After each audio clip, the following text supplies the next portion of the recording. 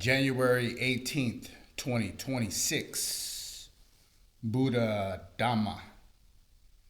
Today we're in part 2 of Chapter 12, Introduction into the Middle Way, Majjhima Patipata, or Majjhima Patipatti, if it's in the verb context.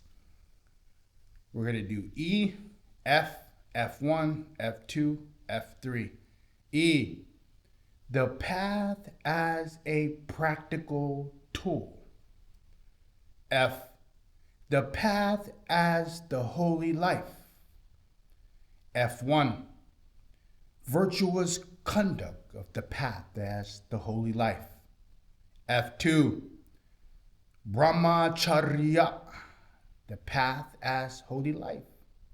F3, charya, the path as holy life.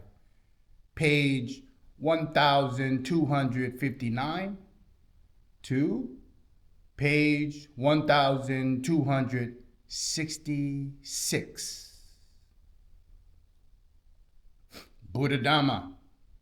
E, the path as a practical tool. Monks, bhikkhu. Suppose a man in the course of a long journey saw a great expanse of water, whose near shore was frightening and dangerous, and whose far shore was safe and free from danger. But there was no ferry boat or bridge crossing to the other shore. Then he thought, there is a great expanse of water, whose near shore is frightening and dangerous.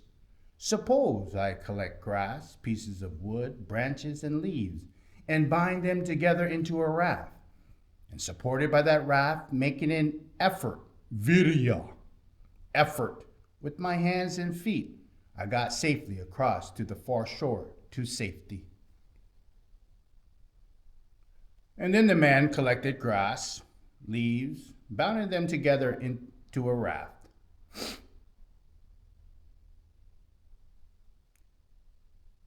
Got safely across to the far shore. Then when he had got across and had arrived to the far shore, he might think thus, this raft has been very helpful to me. Since supported by it, I got safely across to the far shore to safety. Suppose I were to hoist it on my head or load it onto my shoulders and then go wherever I want. Now monks, bhikkhu, what do you think? By doing so, would that man be doing what should be done with that raft? The monks replied, no, venerable sir. And Gautama Buddha continued, by doing what the man be doing and what should be done with that raft? Here, monks, bhikkhus, when that man got across and had arrived to the far shore, he might think thus, this raft has been very helpful to me. Suppose I were to haul it onto the dry land and tie it up at the water's edge and then go wherever I want. Now, monks, bhikkhus, it is it by so doing that that man would be doing what should be done with that raft. The law of Dhamma is similar to that raft, which I have revealed to you for the purpose of crossing over, not for the purpose of upatana, grasping, holding on to, longing on to it.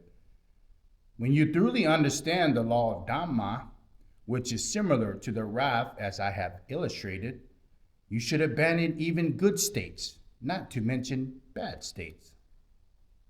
Monks, bhikkhu, purified and bright as a view, tit, is, if you adhere to it, you enthralled by it, cherish it, treat it as a possession, would you then understand the law of Dhamma and been taught similar to that raft, being for the purpose of crossing over, not for the purpose of upatana, grasping.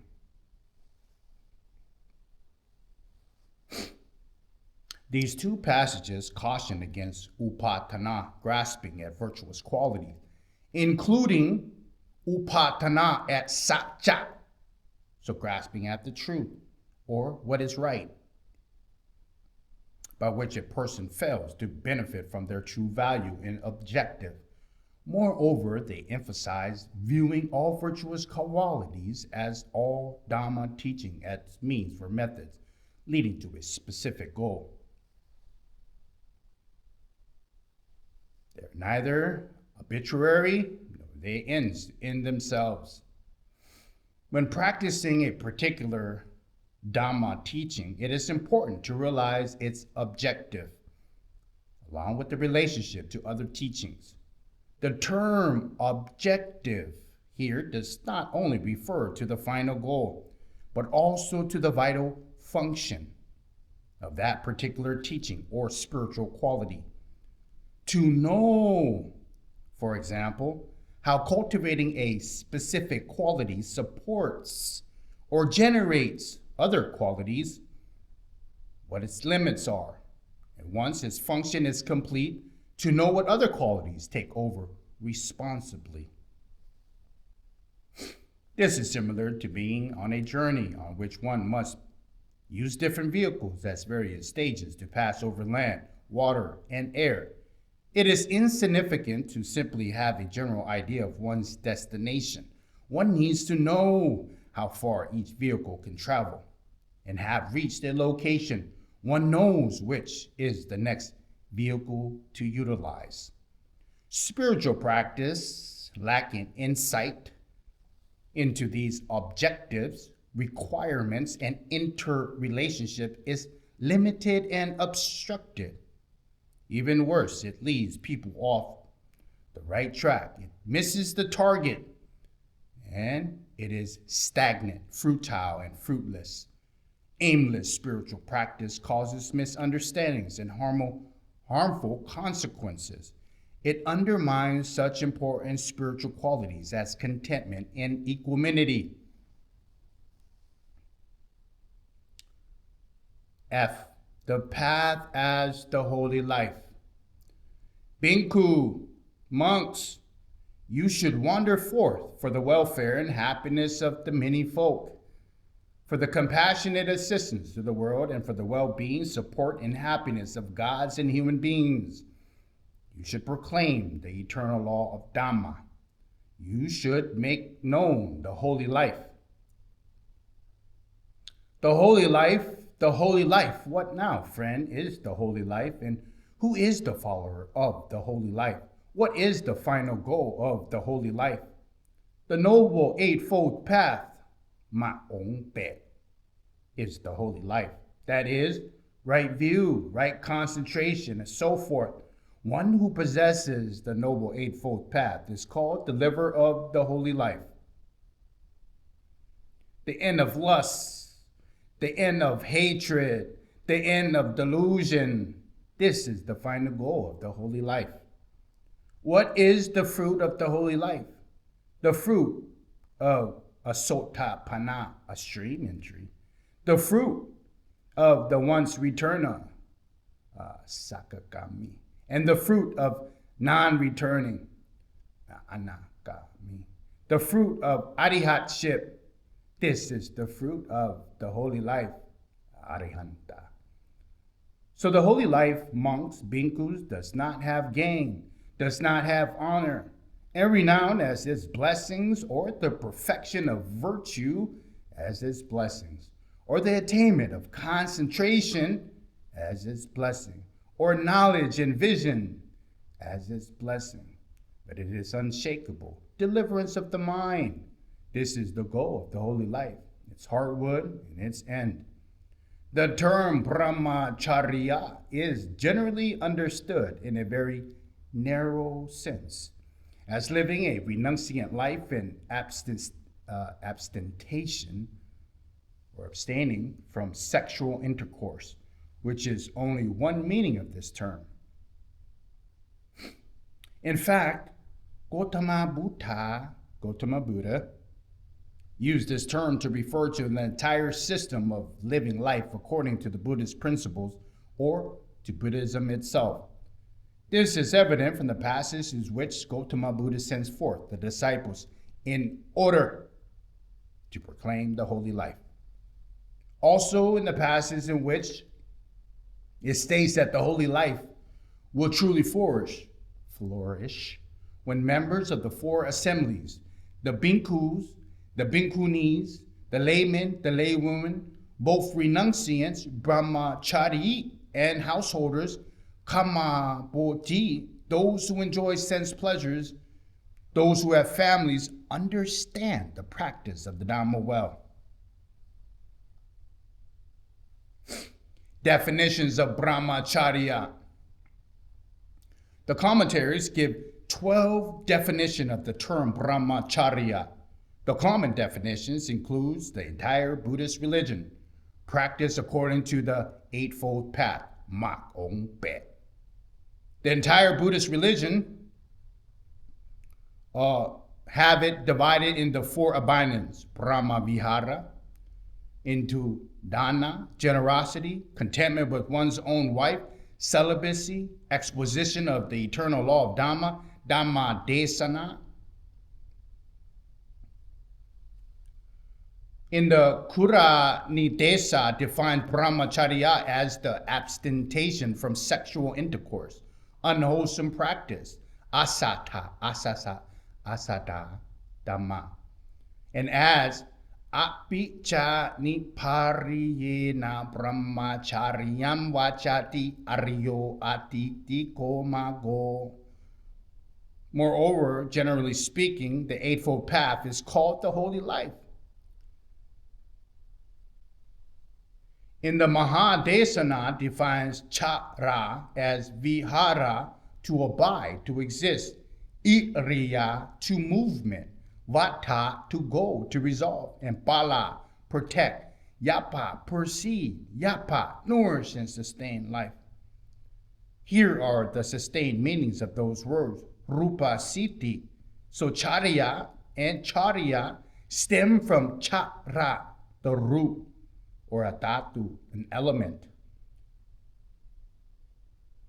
Charya here is the same word used for charya sikha, moral education, and charya dhamma, virtuous conduct. Brahmacharya is comprised of the term Brahma and Charya. Brahma means excellent, superior, supreme, pure. Charya is derived from the root chara, which is the concrete sense, to travel, to proceed, to wander.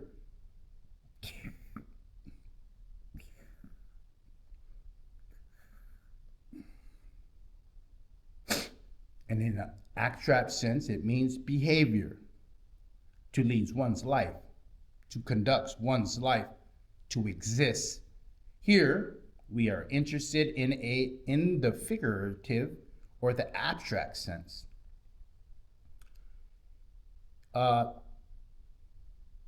Brahmacharya is written as Brahma Acharya. In the next section in the note 12.2 for further analysis on this subject. As a compound word, brahmacharya thus means excellent conduct, excellent behavior, pure, divine conduct resembling that of the Brahma gods.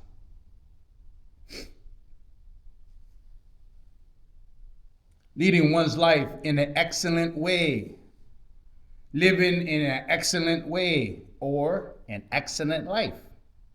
The term Charya Dhamma is a newly established word in the Thai language. Although in Pali, the word Charya occurs on its own, and it is no contradiction to add the word Dhamma. Charya Dhamma here means upright conduct, virtuous conduct, or the basis of conduct. It refers to the principle of behavior or principles of conducting one's life. Here, I will not discuss the wider academic notions of the term Arya or Charya Dhamma, but focus simply on the Buddhist connotations of it. Adopting the new term, one can define brahmacharya as excellent virtuous conduct, excellent charya dhamma.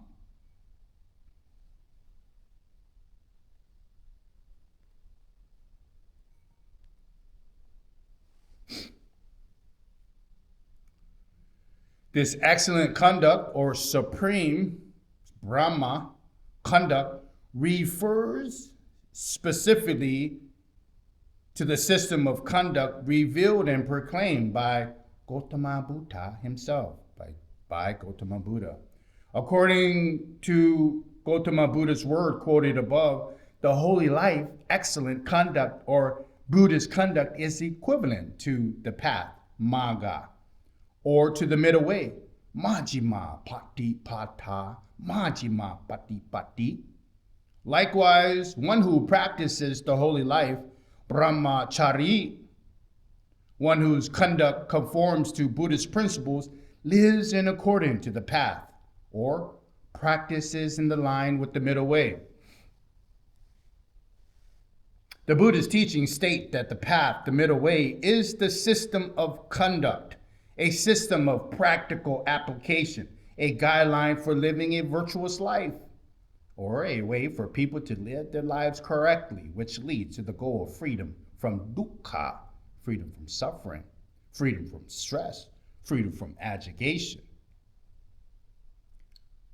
The following points provides a summary of brahmacharya, the holy life, excellent conduct, or conduct conforming to the middle way of practice.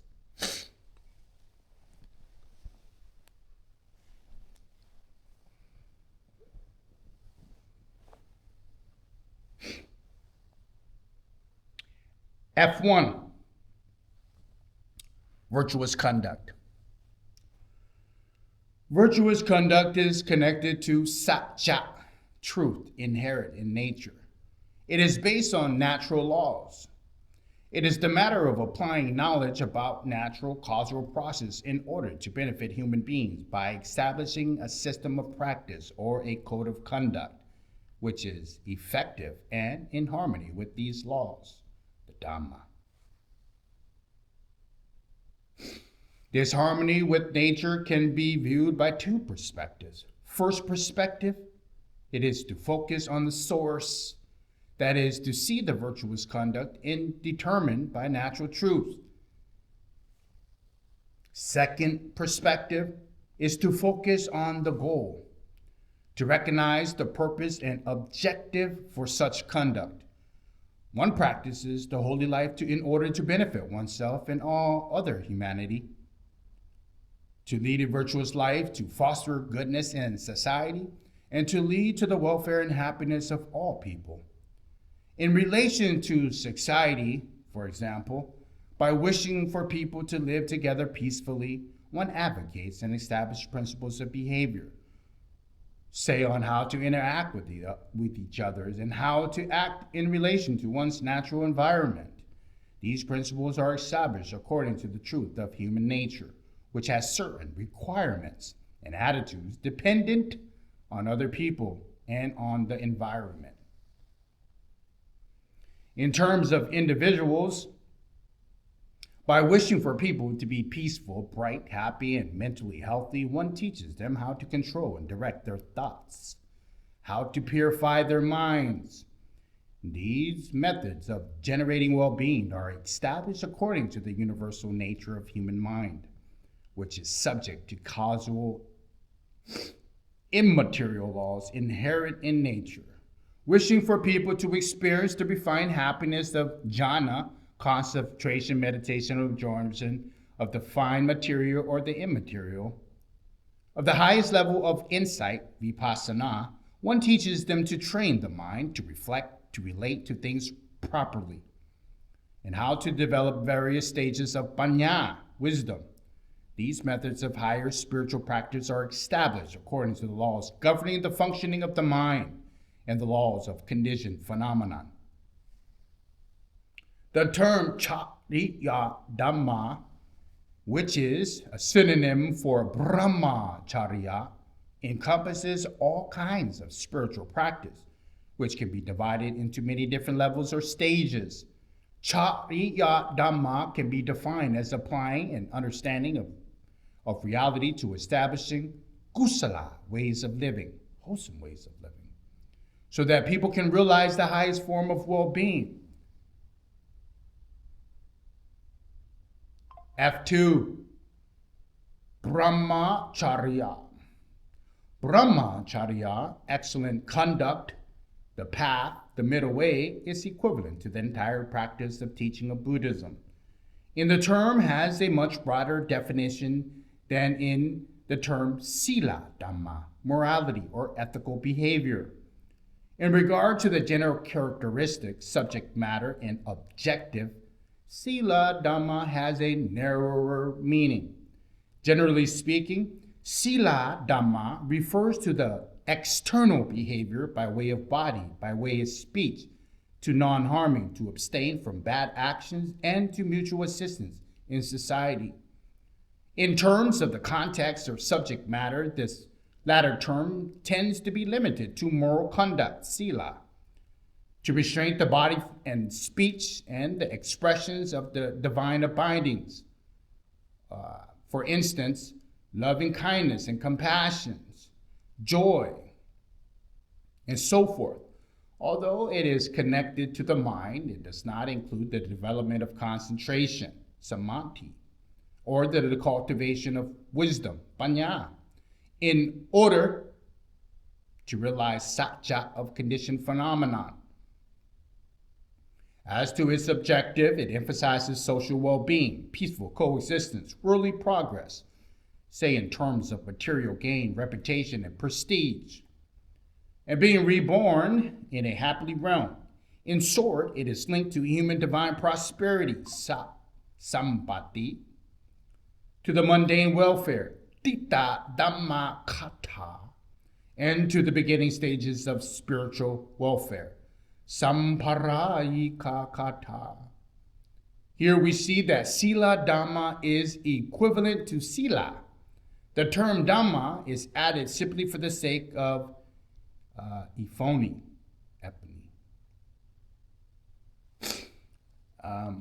F3, Chariya Dhamma. In Thailand, the term Chariya Dhamma still causes confusion for people. Some people understand this term as equivalent to Sila Dhamma, to general morality, while others bestow on it an academic or a philosophical connotation. I will not go into these various definitions here. Suffice it to say that similar to the term Sila Dhamma, which is equivalent to Sila, Charya Dhamma is equivalent to Charya, conduct, behavior. The suffix Dhamma does not alter its meaning. The term Charya Dhamma encompasses the entirety of Dhamma practice, beginning with the basic moral conduct. The following factors are included into the principles of Charya Dhamma: moral conduct, developing good family relationships, social harmony, observing precepts in the monastery as a layperson, keeping the duties of renunciant, samanta Dhamma, in the forest, guiding the mind, fostering mental health, mental training, meditation, insight practice, etc. As stated above, the term brahmacharya, which contains the term chariya, refers to the path or the middle way, but it emphasizes behavior or the way in which one leads one's life. In essence, the term brahmacharya refers to a system of conducting one's life with virtue, or to the entire system of Dhamma practice in Buddhism. And it thus incorporates the term Sila Dhamma as used.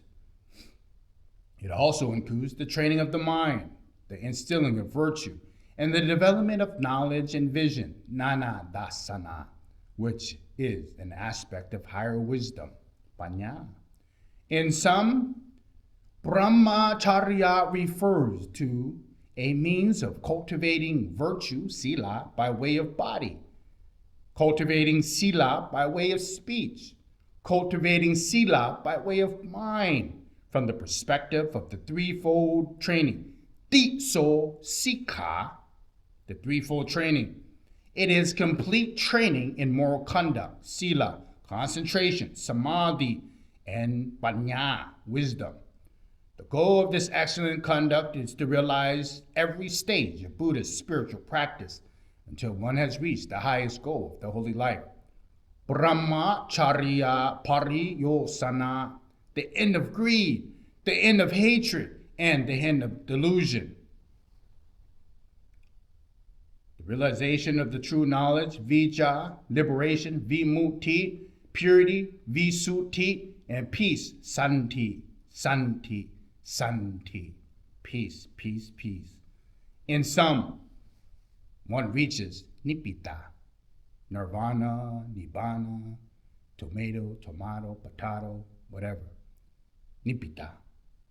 For brevity's sake, brahmacharya is translated here as the holy life, or as a living in an excellent life.